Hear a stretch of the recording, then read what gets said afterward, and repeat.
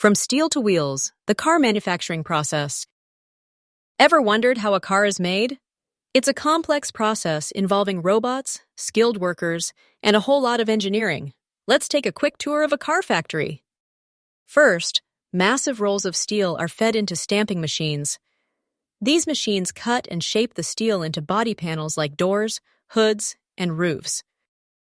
Next, these panels are welded together by robots and skilled technicians.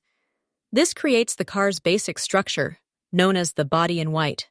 Precision is key here for safety and performance. The assembled body is then dipped in a series of chemical baths.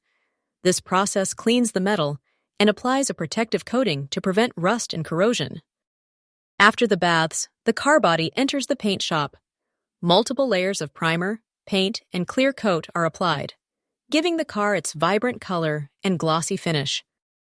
Meanwhile, the engine, transmission, and other powertrain components are assembled separately.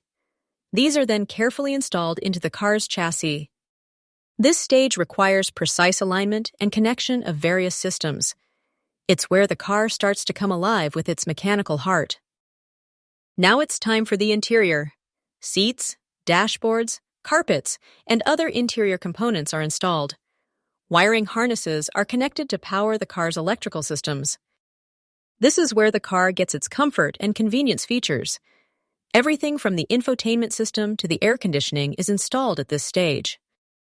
Finally, the wheels, tires, and other exterior trim are added. The car undergoes rigorous testing and inspection to ensure everything